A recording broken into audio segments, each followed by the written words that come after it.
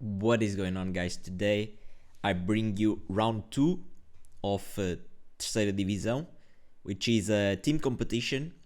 And I told you last video that I was very excited because I was gonna play a 1981 rated player, but that didn't happen.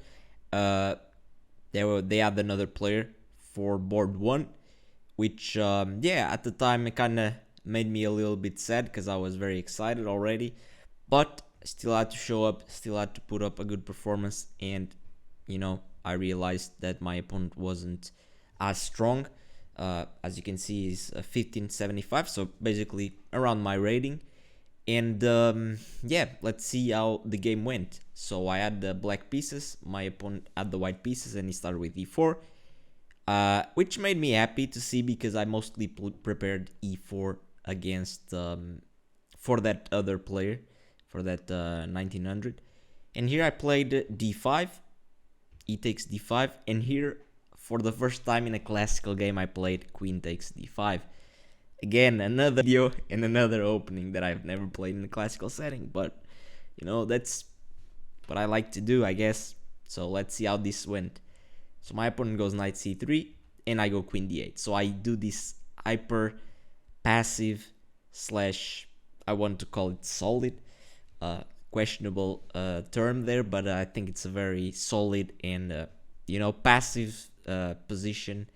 But yeah, it's the queen d8 Scandi. So let's see how I handle that. My opponent goes d4, grabbing space in the center. I go knight f6, he goes knight f3. I go bishop g4 pinning, and he goes bishop e2. So everything normal so far. I go e6. My opponent goes bishop g5, and here I was out of book. I never seen bishop g5 in this particular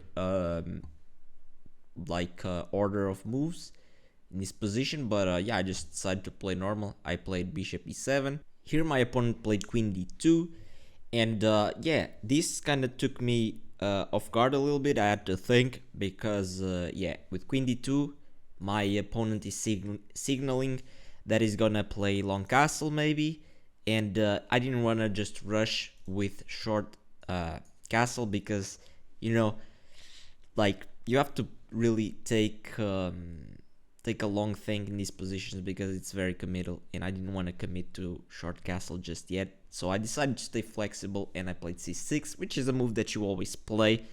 And my opponent ended up castling short, which I was kind of more relaxed about it. I was more okay, we will not have a bloodbath. I just played knight bd7 first, and after rook 81 I castled, and we have this position, which typical position from the Scandi, queen d8. I was very happy from the opening because this is what you play for, honestly. Like, you can't ask for a better Scandi. Your pieces are developed, you have less space, but your bishop, light square bishop, is out. You have a nice structure, resemblant of the Caro-Kann. And you just try to outplay your opponent from now on. And that's exactly what I was hoping to do. Here my opponent goes 95, which kind of surprised me because it's a very committal decision. He thought for a while, but here I have some decisions to make. Of course, I realized quickly that I shouldn't really take on e5. I think taking on e5 is a very bad mistake. Let's say you take on e5, you're already much worse. Why? Because after something like d takes on e5 and you play, let's say you play queen takes d2, you try to just trade some pieces to alleviate the pressure. Let's say, rook d2, I don't know if rook d2 or bishop d2 are the best, but let's say rook d2. And the point is that after some trades, this knight is gonna up into, let's say, e4 and then d6, and this is a big hole here on d6, and it's very bad for black. You don't want to take on e5 directly. So here I just took on e2 after thinking for a while, took with queen, and here I played what I think was a very nice move, which was knight d5. uh, I don't know who said this or where I heard it, but it's good that you ask your opponent some questions. And here I'm asking him a very big question, an important question. So there's a lot of pieces looking at each other, and what pieces do you want to trade? How do you want to trade it? Which is very important as well. And here I calculated that pretty much every move that he played would lead me into a good position. Here, I was kind of surprised from him playing 95, because 95 really just allows me to trade a lot of pieces. And after 95, we're gonna trade even more pieces, and the side with less space normally likes to trade pieces, and the side with more space wants to keep pieces on the board to take advantage of that space. But okay, those are some minor details, strategic details. Here my opponent played bishop e7, and I took on c3 first, which is very important, because if I just took on e7, let's say with the knight, for example, I mean, here, like, it's fine still, but you would have more options. And after taking on c3, he has to take the knight or move his queen. I was actually thinking during the game that he maybe wants to play something like queen d3, but this is not as simple as it looks, because, like, for example, queen d3 allows 95 and I'm attacking here, but he can take on c3, and then I have queen e7, and then he takes the knight, and we have this position which seems pretty balanced, but he still has the d6 square maybe, but I'm gonna put a rook on the d file. It's kind of weird. Yeah, and he decided to take with a pawn, which I was very happy to see, because now I can claim some advantage. I took the bishop on e7, and here he traded knights, and I just took the knight, and we reached this position, which is just almost like a heavy piece endgame slash middle game. And yeah, I was very happy with this position, because I can claim that I have a better structure, although yeah, maybe his pieces are more active, a little bit more active, but I was happy with this, and I had a lot of time on the clock. And yeah, he already spent a lot of time on the clock. I think by this point I had like a 30-minute advantage, which is very, very big, and I was very comfortable here. My opponent played rook b1. I decided to play rook a b8, which kind of looks passive and probably is not the best move, but I didn't want my queen to be babysitting b7, so like the rook on b8 is doing a better job than it is on a8, so I guess I just placed the rook on a square that he is actually doing something. Here my opponent plays queen e5, which, I was like, I respected this move, because at first it doesn't really look like it does much at all, but it's tricky, because in the game I thought that he had ideas of transferring. Let's say I just play rook fd8, which I don't think it's like the best move. I was feeling that he could maybe play something like queen a5 and putting pressure on e7. And yeah, I didn't really enjoy this, so I decided to just offer a queen trade. But yeah, here I was not expecting him to trade queens. I was expecting him to do something like queen c7, be a little bit annoying, and then I would have to think. But my opponent decided to trade queens, which made me very happy. I took with the c pawn here, and yeah, I mean, I'm just better here. Not a lot. The computer gives minus 0.7, so I'm clearly better, but it's kind of hard to prove an advantage in rook endgames. The saying goes, all rook endgames are drawn, and sometimes it does feel like that. But yeah, here my opponent plays rook e1, which also surprised me, because I thought that he was gonna try to double on the b file. And here, rook e1, I played rook fc8, putting pressure on c3, and here he defended with rook e3. And yeah, the computer doesn't really like this for white. It's funny, because the computer just wanted to sack the pawn. Uh, I guess to just liberate his position a bit more and gain like some activity for the pawn, but it's hard to do. Like it's hard for us to understand those sacrifices like that. But yeah, here my opponent plays rook e3. I played b5. I could have played rook c4 here, but I didn't really like that he had a rook b4 here. And this kind of threw me off a little bit because, you know, if I play rook bc8, I lose this pawn. And if I trade like this, I mean, now he fixed this pawn structure, and now I don't even know if I'm that much better. Let's say rook c8, c3, and I mean, I don't like my position anymore like I used to like it. So yeah, I really didn't want to allow rook b4 just yet. Although maybe I could play b5, but I was kind of worried of something like a4 here. Although this clearly doesn't work. Yeah, I thought that this position wasn't that bad for him, but actually it's losing. So yeah, miscalculated something there for sure, and I decided to play b5 first. So the idea was that after he moved king f1 in the game, rook c4, I thought that here rook b4 wouldn't actually be good because I had a5. Although, yeah, a5 is questionable because yeah, he moves to b3, let's say, and now this pawn is kind of weak. So I will have to babysit this. So yeah, I already am making bad moves and bad considerations, which is not a good sign. But yeah, I played rook c4, my opponent played a3, which I didn't really understand, and I played a6. My opponent brings his king e2, I play rook ac8, and my opponent plays king d2. And here I was trying to figure out what would be my plan to actually win this game and to try to convert this advantage that I have. Here I decided to bring my king. I had ideas of bringing the king to maybe a5 and then a4, try to push a5 b4. I was trying to figure that out. So I played king f8. My opponent plays rook b3. And I play king e7. And here, I mean, I really was excited and I was really like hyped because I thought that I played really good until now.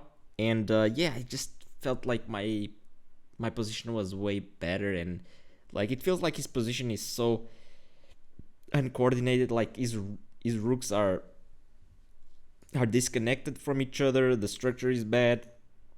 Isolated pawn here. The only thing that's really keeping everything intact is his king is well placed actually here to protect everything. But yeah, I was feeling confident, that's for sure. Here my opponent starts getting some counterplay of his own, g4.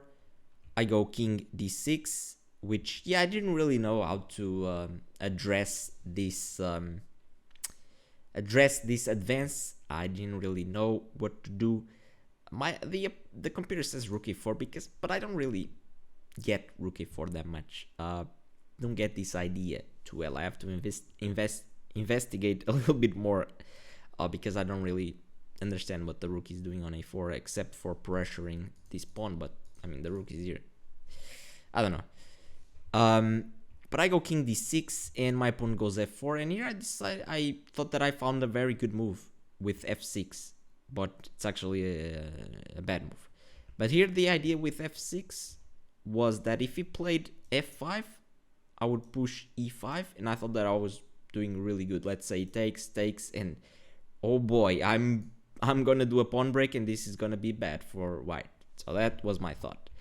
And here if he played g5, I was happy to just take and move the rook here and try to transfer everything quickly to infiltrate. So that was my idea. But my opponent played rook e1, which I didn't really understand at the time. And yeah, here my opponent was very low on the clock, honestly. Like, I have to say, he was already with like 1 or 2 minutes, so he was really playing on the increment, and like, of course you're gonna make a lot of mistakes like that. Here the computer gives me minus 1.3, which is a considerable advantage, kind of a big one, but it's hard to say. It's hard to get something going on here. You have to know what you're doing, and I definitely didn't couldn't figure it out. What should I do? I knew that I had to do some pawn breaks. Here the computer says h5 is very strong. I mean, yeah, it's I guess like you open something up. Let's say it takes, you got rook here, and you're gonna get this pawn anyways, and you're gonna infiltrate, I guess. And if h3, I guess you just take anyways, and you open the file again. I didn't see this, and I played rook e8, which, yeah, my idea here was to break with e5 at some point and try to, blast open the position while he's so uncoordinated. But here my opponent actually played the best move, very clutch from him. He played rook b4, and I didn't think that this was much. I played e5 here, which is another bad move, and yeah, in the space of 2 moves I lost all my advantage. During the game, of course, I didn't realize that I lost my advantage. I was actually starting to get low on the clock as well, because I spent a lot of time trying to figure out what would be the winning plan. But here my opponent played very well under time pressure, which congrats to him, props, because I wouldn't be able to actually play that good and defend that good in a low time situation. I would just crumble for sure. Here my opponent took on c4, best move as well. I took with the b pawn. I thought it was better. I guess there's no much difference. The computer likes both moves equally. And here my opponent just traded in the center. And here I was kind of hoping, of course, I was hoping that he took here, because that would be excellent for me. In this end game, I'm probably completely winning, because of course. But my opponent is better than that. Of course, my opponent is not gonna trade. And he played rook f1 here, and I played king e7, which the computer doesn't really like at all. And here my opponent plays rook b1, and here I started getting stressed, because I wasn't so sure about my advantage anymore, because my opponent is very active and he's getting a lot of counterplay, and it's kind of tough right now. Here I played king f6, and I started flirting with, my opponent played a4, but I was I spent so much time here after rook b1, because I was kind of flirting with the idea that after king f6, if he played rook b6 check, I was really gonna try to play king g5, and let's say rook takes a6, king takes g4, and try to win this pawn and create 2 passed pawns in this race. I was trying to flirt with that idea a lot, and I was really trying to see if it worked. But my opponent played a4, and I could still go for king g5, but I didn't want to do this, because it would allow him rook b7, and I can't even take these pawns because of this, and yeah, it's weird. So first I played rook e7, and my idea was that if he played rook b6 check, now I would go king g5, and let's say he takes here, I would take here, and I was let's go into this. This is super complex, and maybe I have chances, a lot of chances to win, because I can create a passed pawn, and it's a race. But yeah, it's kind of scary.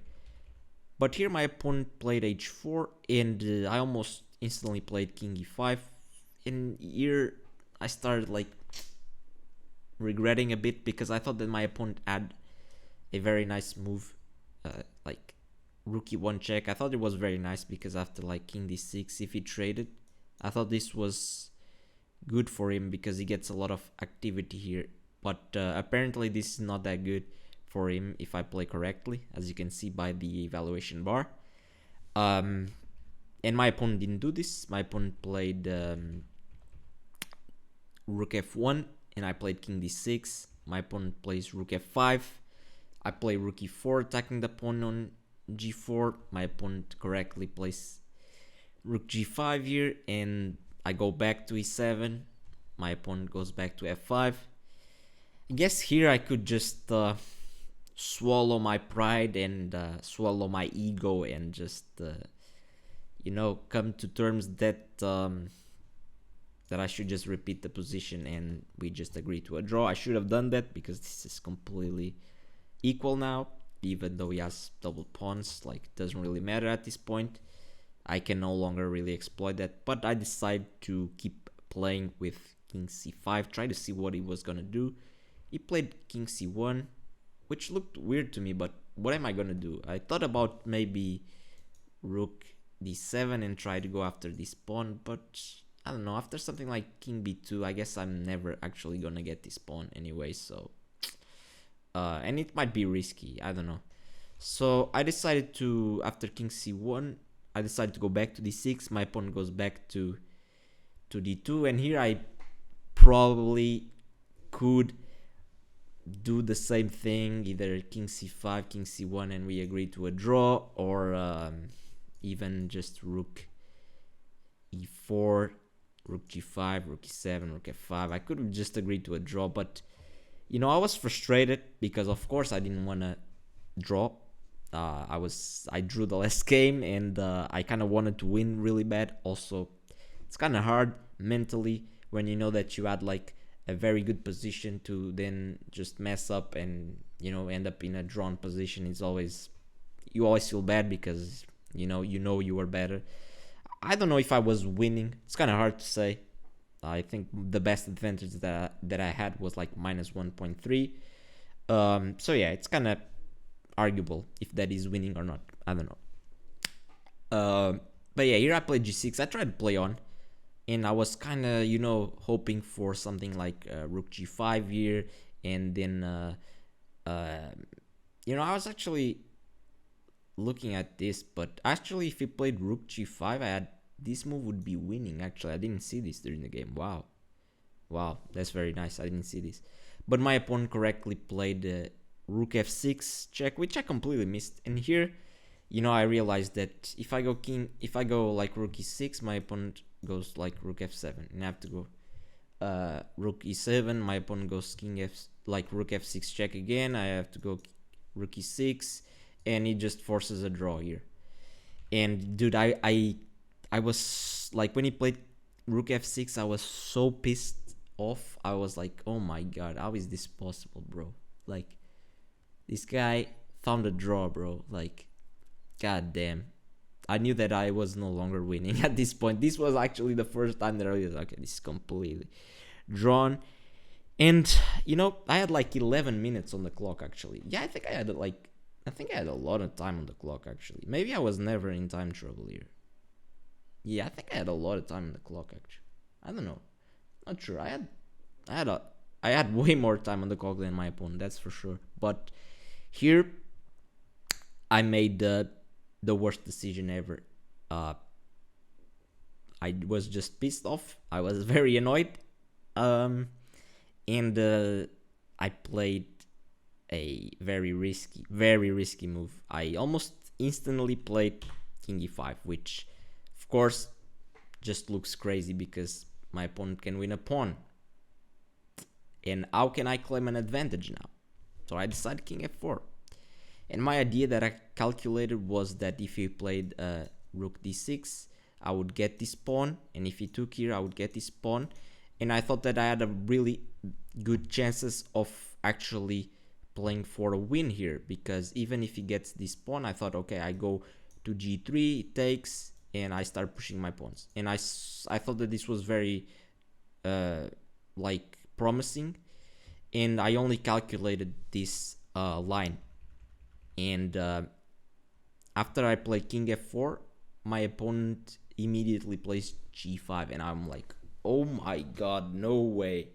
I was like, oh, I can't believe it. Like, g5 is a very strong move, and I completely missed it. I didn't even consider g5, and it's such a good move because now, like, I'm not getting the pawns as easily. And I started to become even more tilted because now I think that I'm losing, and I actually still can hold with rook d7 only move, but this is already very uncomfortable, you know. And I didn't play that. I played king g4, and after rook d6, king h4, and you know, I'm gonna fast forward this part, but yeah, I just completely lost the thread and lost the game, and I deserved to lose this game. Here I resigned. Here, I completely deserved to lose this game. The king e5 move was very very risky, and the problem is that this is a team competition, and that means that you're not only playing for yourself, but you're also playing for a team. You know, you have teammates, and here after rook f6 check, what I should have done, and I had time, I should have stood up from the board, should have looked at all my teammates' games and see what was the score of our team, of the match, because there's 4 boards playing. I didn't do any of that. I just, in my mind, I was like, I don't care. I was very frustrated, was very pissed, and I was like, I don't care if I lose. I'm gonna try as hard as I can to win this, even if that means that I risk everything. And here, of course, I apologize to my team, to my teammates, to the whole club, because this is really bad behavior from my part, very selfish, very egotistical, and something that I hopefully will learn and will never do again.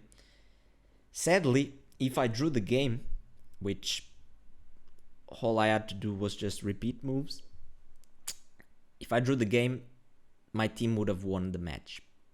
And because I lost the game, my team drew the match. So yeah, we ended up having a worse result because of me, and it's really really sad.